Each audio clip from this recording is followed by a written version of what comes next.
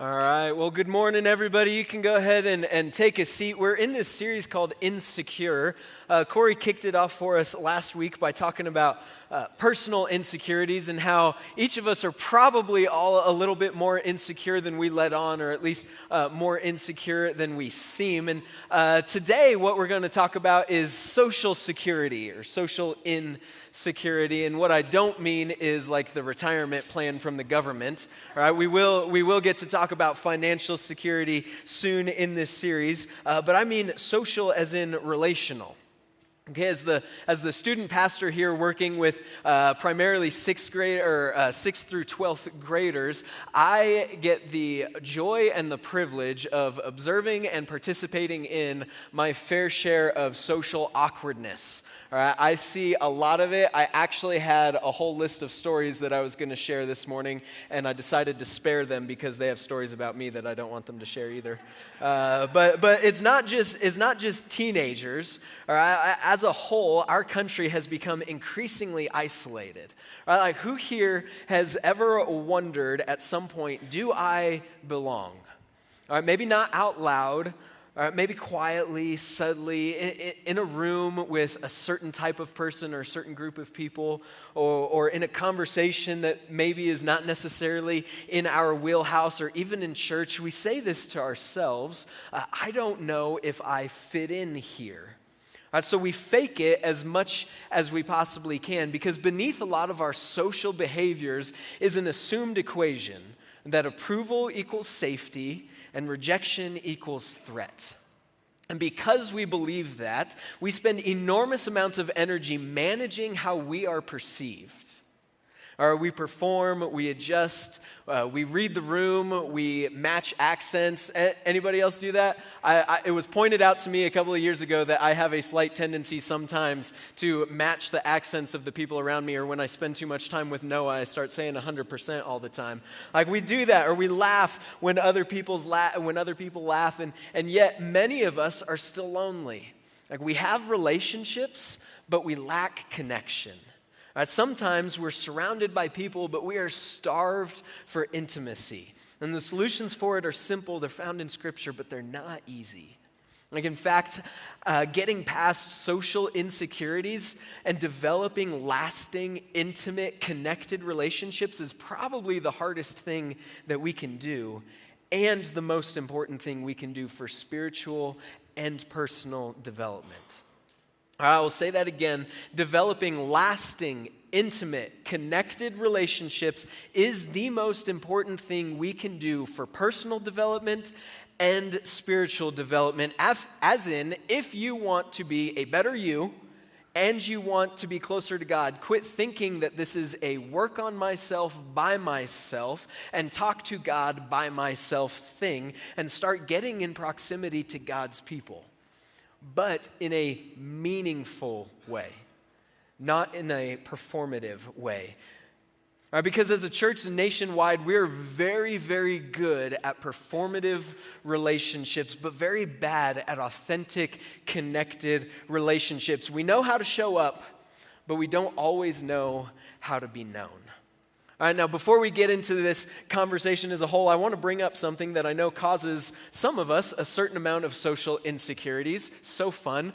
We like to do these things here at Envoy called table talks. Yeah, yay. All right, here's the deal.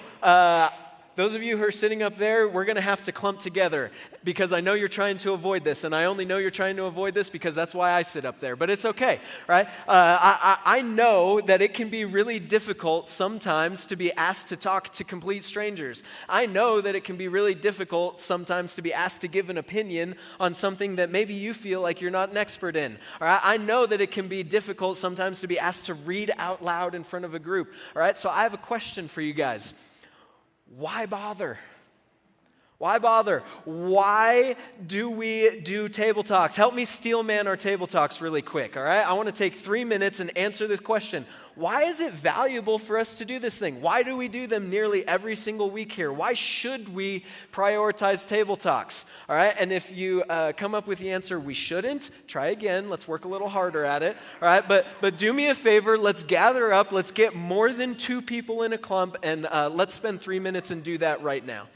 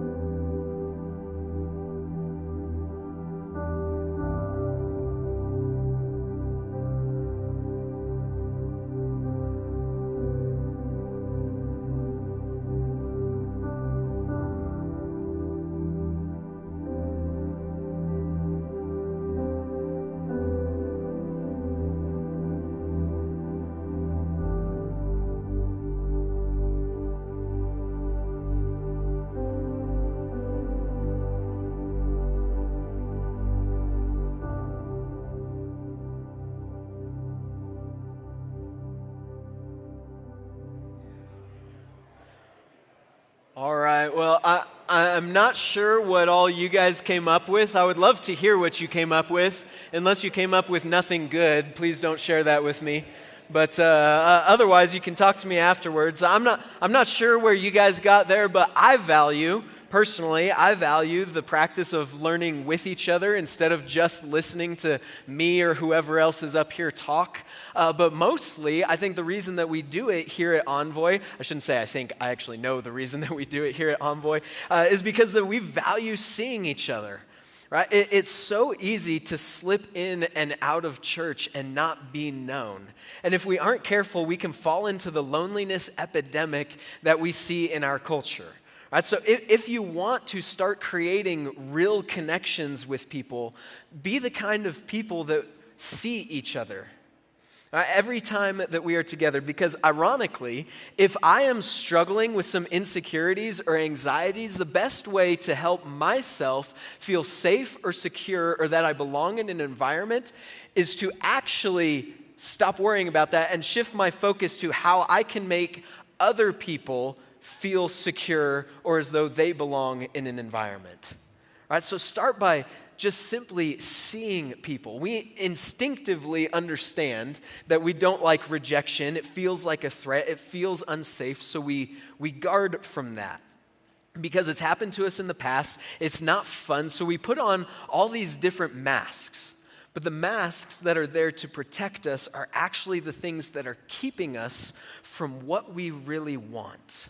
There are things, different insecurities that we have to overcome in order to get the things that we need the most, which is to be fully loved and fully accepted, or fully known and fully accepted.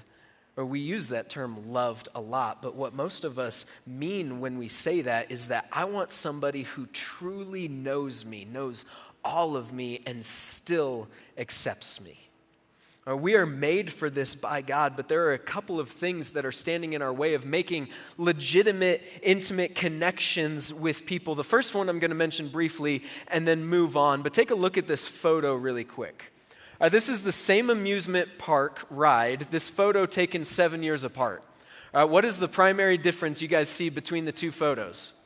Yeah, phones. All right, so in 2012 actually is when this happened. Over 50% of the world population ended up with a smartphone. The U.S. population ended up with a smartphone, developed countries, right?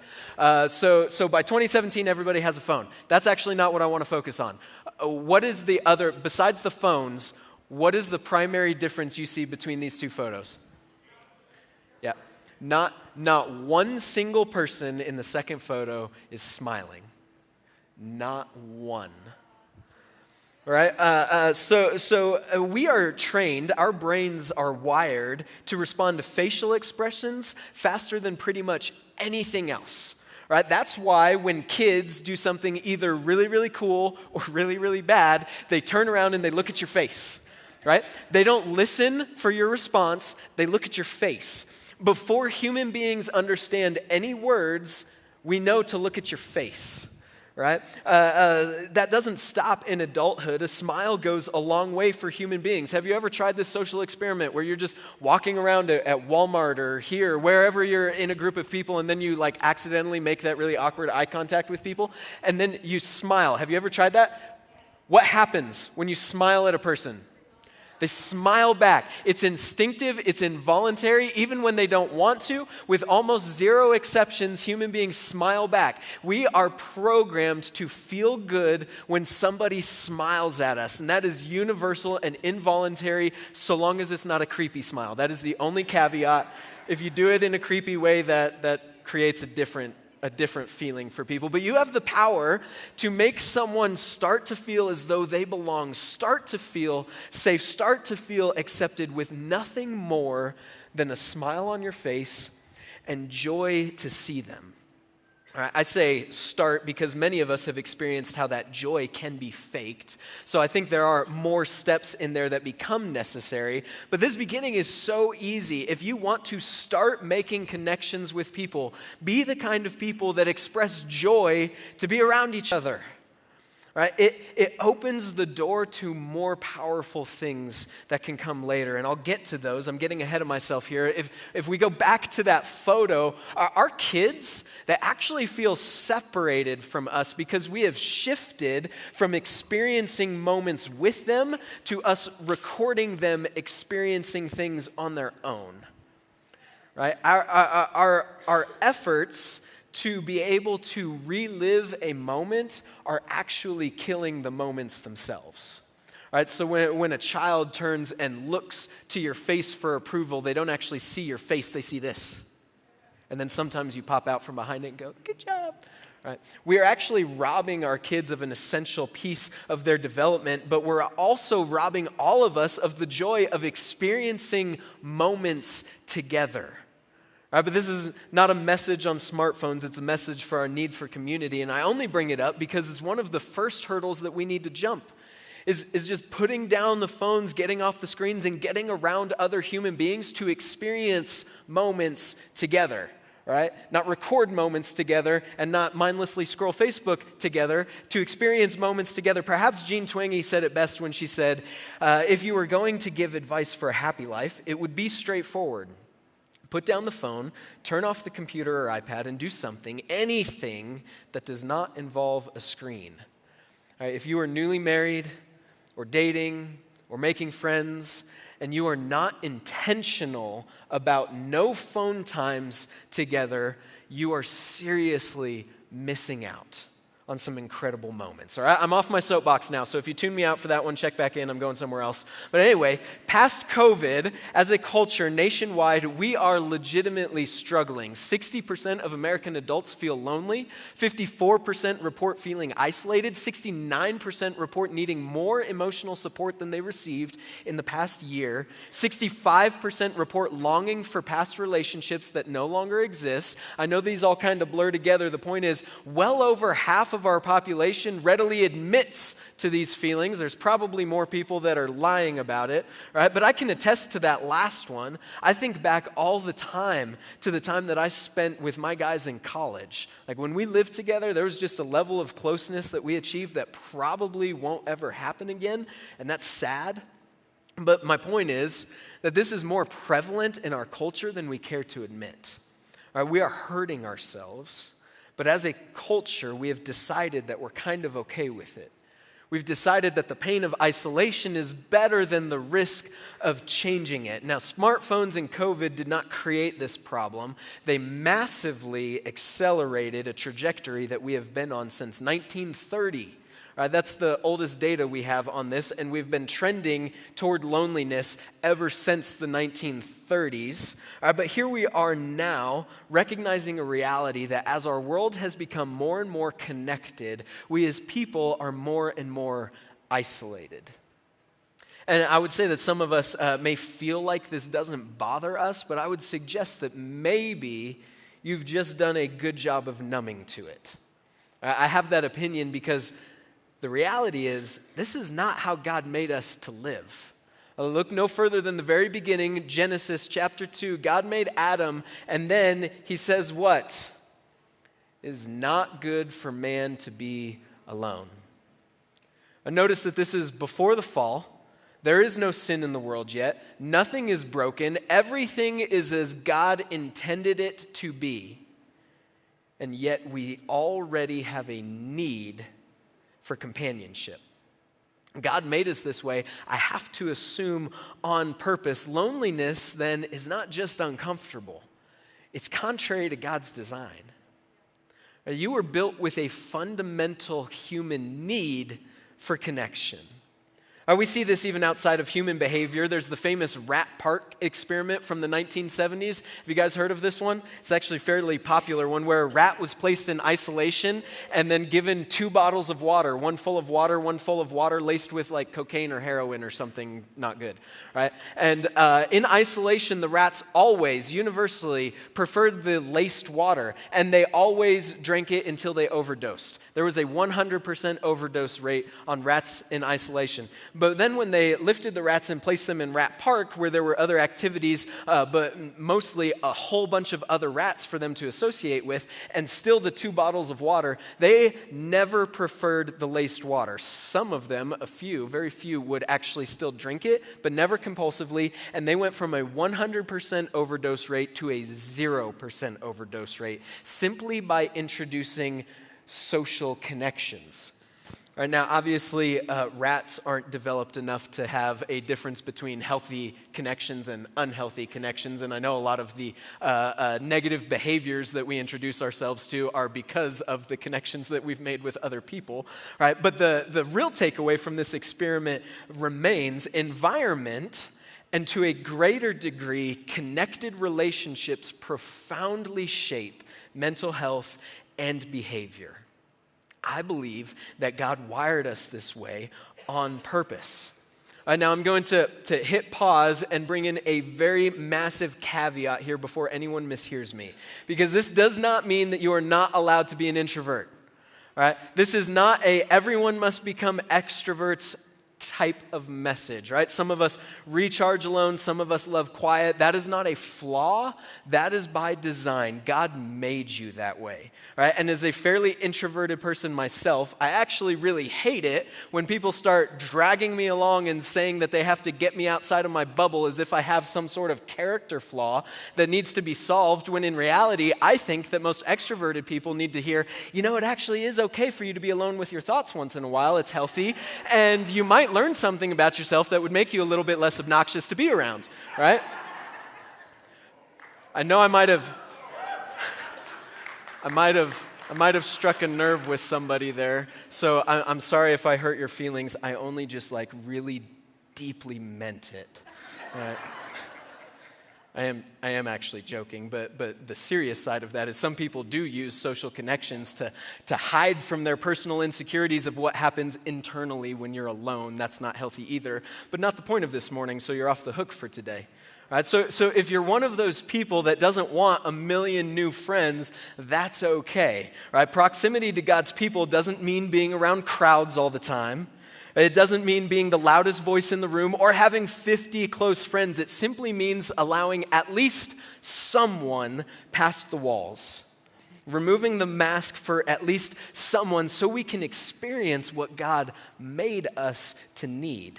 We have multiple examples of Jesus pulling away, recharging alone, praying alone, needing space, but never living isolated. I could preach a whole message on the benefits of silence and solitude, but that's also not the point of this morning, so another day, right?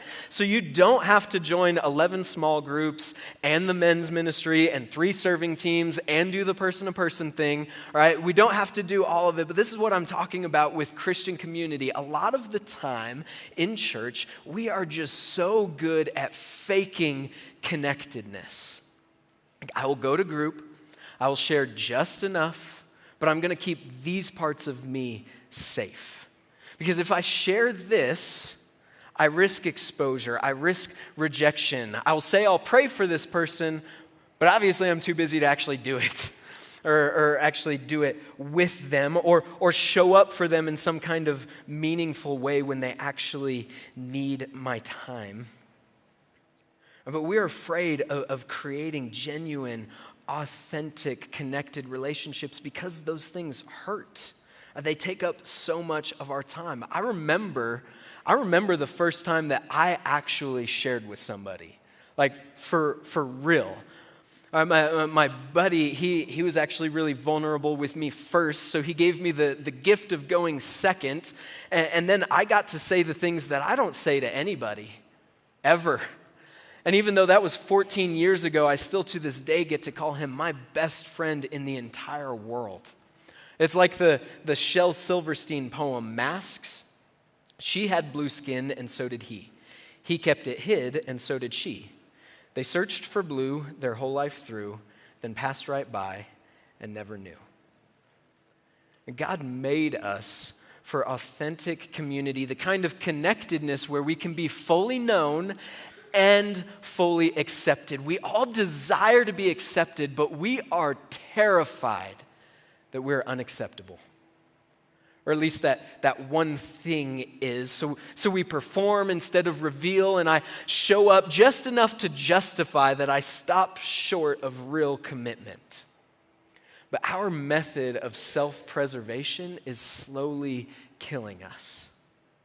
Our method of protecting ourselves from pain is keeping us isolated, which actually forces us to stay in our pain, to stay in our sin, to continue to have a nominal at best relationship with God and with his people. Satan wins when we settle for anything less than the life that God has for us.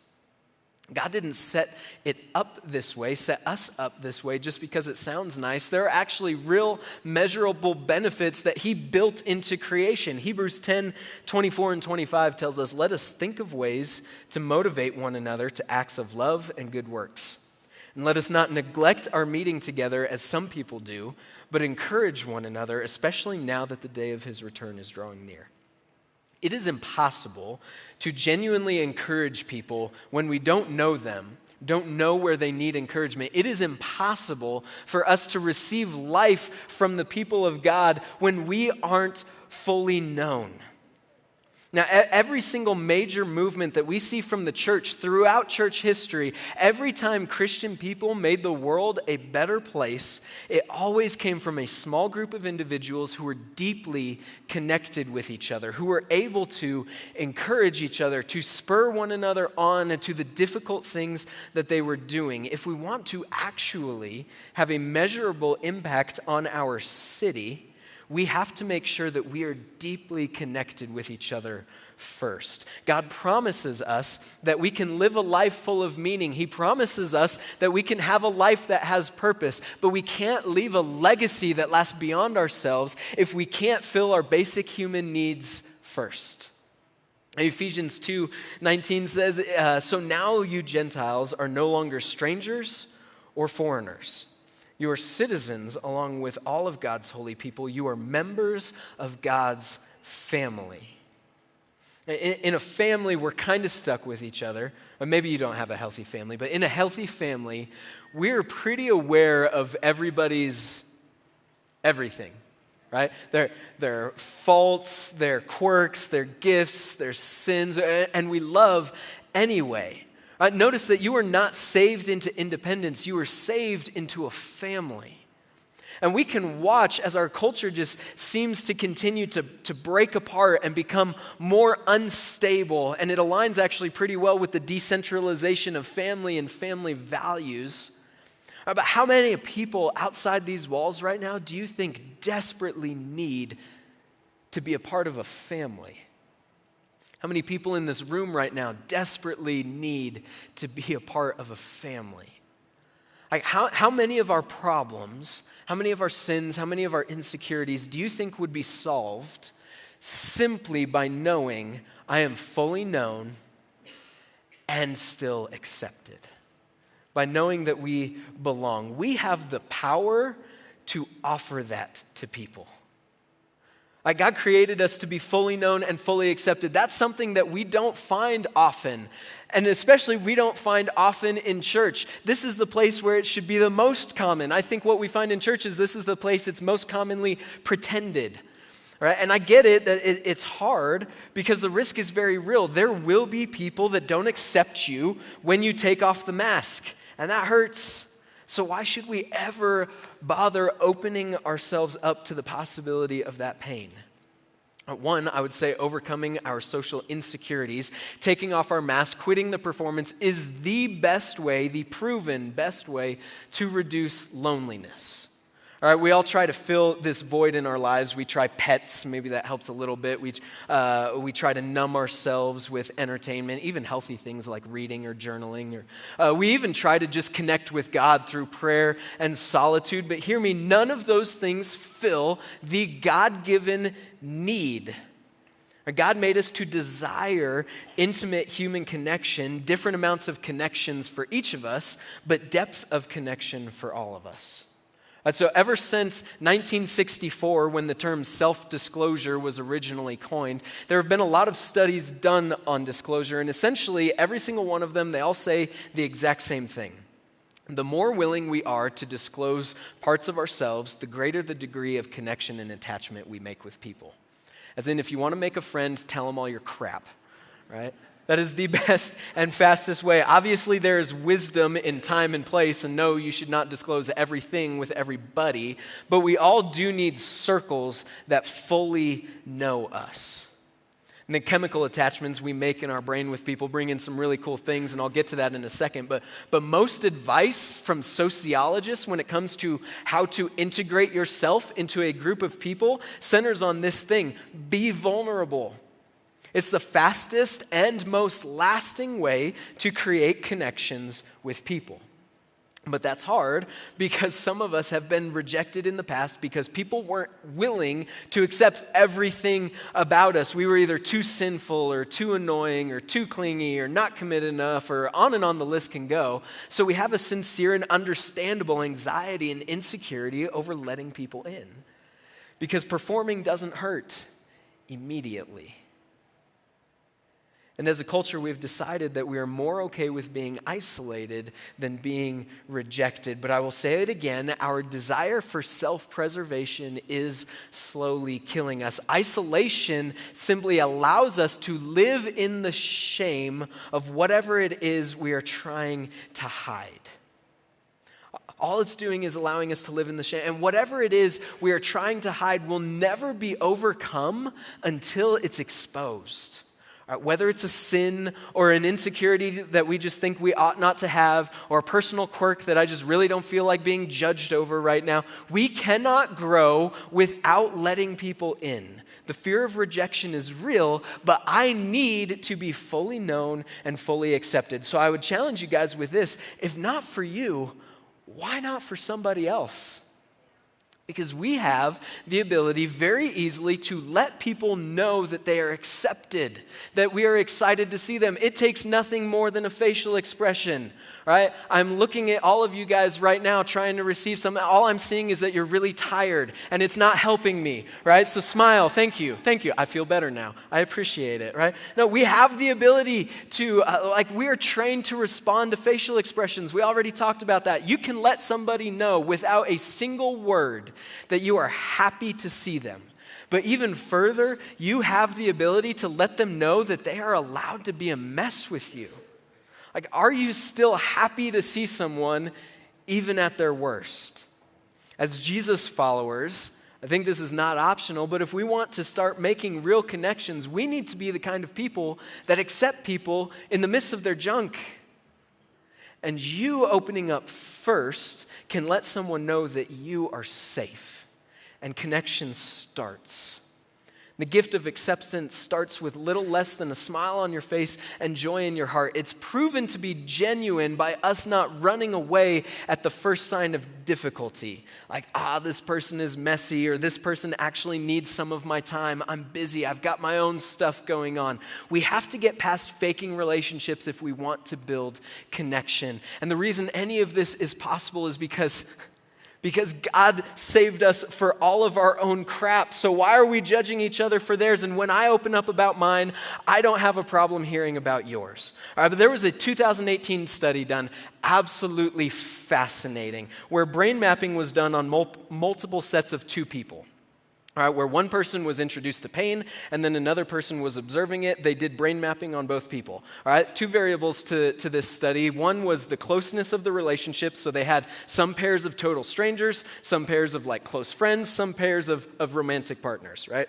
And then the other variable was the distance of observation. Okay? So then they would hurt one of them, like electrocute them or something. I don't know what they were doing. But they would hurt one of them, and then they would watch their brain activity, see where their brain lit up, how much, all of that kind of stuff. But then they also mapped the person that was observing. And the findings were fascinating, right?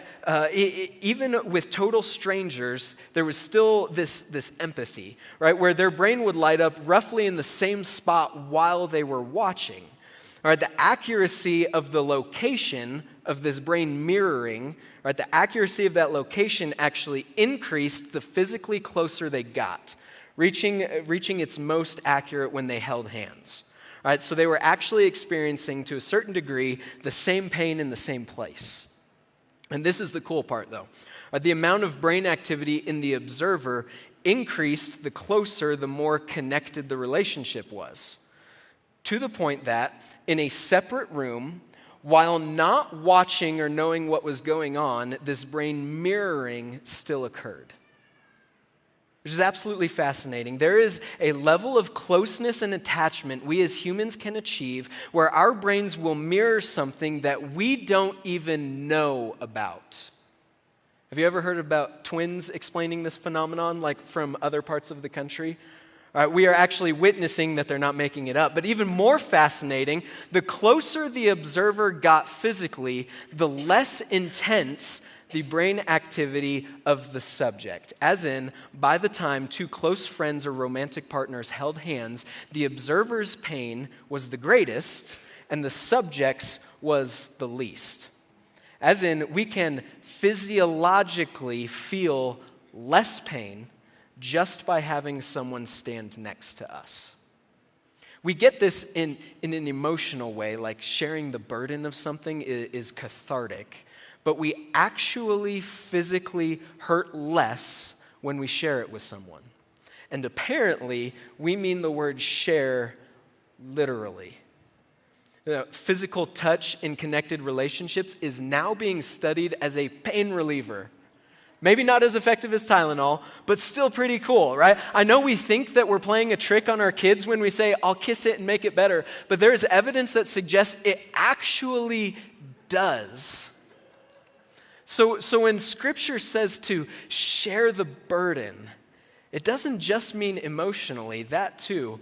The science can't explain it just yet, but we can actually share mental load and physical pain, sometimes not even in the same room. All right, the finding of the study, this paper that I was reading, the very first line of it says this: the mechanisms that underlie social touch analgesia, which just means the inability to feel pain, are largely unknown. Scientists are admitting they have no clue how or why this is happening. Maybe science can't explain this phenomenon just yet, but we can. God designed us this way on purpose. Right? And as is usual with this sort of thing, eventually science will catch up and explain like what God put into place to make this happen, but it's just going to be explaining what God already told us thousands of years ago. And again, if you aren't willing to take this risk for your own benefit, why not for the sake of somebody else? Take off the mask, open up, get close with somebody so that we can be the kind of people that share each other's literal pain. I get that this can be a hard thing to put yourself out there for, so I would encourage you to take advantage of some of the different environments that we have built that are meant to foster this exact sort of thing. Proximity to God's people is one of our 3 rhythms of following Jesus, so we have a lot of different things that are built in to put us around the people of God in hopefully intentional ways. All right, so first of all of you guys succeeded in this one. You showed up today. I'm proud of you.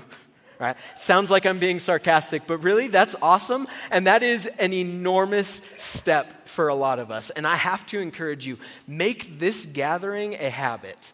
Don't neglect it, just like the writer of Hebrews told us, do not neglect this. Showing up is huge because you get to rub shoulders with people. But eventually, if you're around here long enough and you're willing to jump in enough, you'll have the opportunity to share experiences and you'll have the opportunity to be vulnerable with each other. And that's where being known can happen. And that's actually where our insecurity begins to shrink.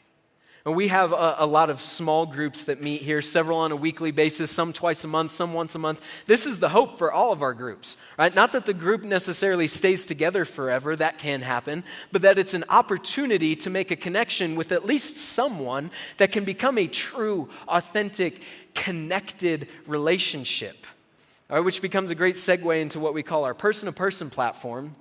We have tried to make intentional one-on-one discipling relationships as easy and replicable as possible. Everyone needs a person. I believe that that's true. But not only that, we believe one of the best ways for us to learn and grow is to help someone else along in their journey. All right, so we have this platform where we find one person that's ahead of us in their faith that we want to pour into us, that we want to invite to know us on a level that most people just never will, who can help us become the people that we believe God is calling us to be. And if you have never experienced the joy that comes from being fully known and fully accepted, I cannot encourage you enough to try this. But then at the same time, not after, at the same time, we get to be that person for someone else. And guys, if you have never experienced the joy of being able to pour into someone and watch it take root in their lives, to give them the gift of belonging and guide them towards maturity in Christ as we try to walk towards maturity in Christ, I can't encourage you enough to try this. We're going to host a training on this platform on the 11th and the 18th. If you are even remotely interested in it, I want you to come and talk to either me or Corey about it. All right, no commitment, but please sign up in the app under events. You can find this link. You can get to it that way. If you can't find it, talk to me or Corey. We will make sure that we get you there. We also have an incredible opportunity coming up in the men's retreat. This is going to be an awesome weekend. It's here in just a couple of weeks. This is a great way or will be a great way to connect with other men in the church. All right, registration closes tomorrow. If you want to be a part of this, please come talk to me or Ray. We will make sure that we get you there. Whatever hurdles you have for getting there, talk to me about them. I will make sure that we get you there because it is going to be a great opportunity to put this into practice. We also have, coming up this Saturday, we have this family seminar. All right, this is a little bit of a different environment, but a great opportunity to talk in groups of like-minded people who all have this similar goal of pointing our families and taking all of the struggles that happen in family dynamics and letting the gospel take root in our lives through them. Like, this is going to be a great opportunity to have these conversations with people. If you have not registered for the family seminar, I would highly encourage you to do that or come talk to me about it. It's going to be a great time. But also there's men's breakfasts and women's brunches, and there's so many environments that we have to foster these relationships. I want you guys to find the ones that work for you or create your own. If this feels like an exhaustive list, it's just because we want you to try it. All right? You don't have to try them all. Try one of them, please. Or make your own. I don't care. We just need to do this because we need to overcome certain things in order to get to the thing that we need the most, which is to be fully known and fully accepted. All right, so I want to practice this a little bit practically, so I'm going to put us all in a very uncomfortable position. Woohoo. It's going to be fun. All right, we're going to lead each other in a time of communion, remembering what makes all of this possible anyway. Like, why can we belong to each other no matter what our deficiencies are? Because of the grace of God that is offered to us through Jesus Christ. That levels the playing field for all of us. All right, so what I want us to do is gather up around our tables again, and we're going to do this together. So I'm sorry for everybody that's kind of spread out. I'm forcing you to get into a group, more than 3 people, or at least three people, right, to a crowd of people. The first thing I want you to do after you group up is look around and see if anyone's sitting by themselves, and then fix that for me, okay? That is your responsibility. Second thing, I want you to appoint a person to read 1 Corinthians 11, 23 to 26 out loud. And then as a group, you guys are going to discuss why is it important to remember Jesus collectively like this rather than individually. All right, it's actually in the name, communion. Like, why do we do this together rather than alone? All right, how does that help us belong together? And then we're going to take communion together and then appoint a different person to pray for your group. We're going to spend 8 minutes doing that, and we're gonna take part in that right now.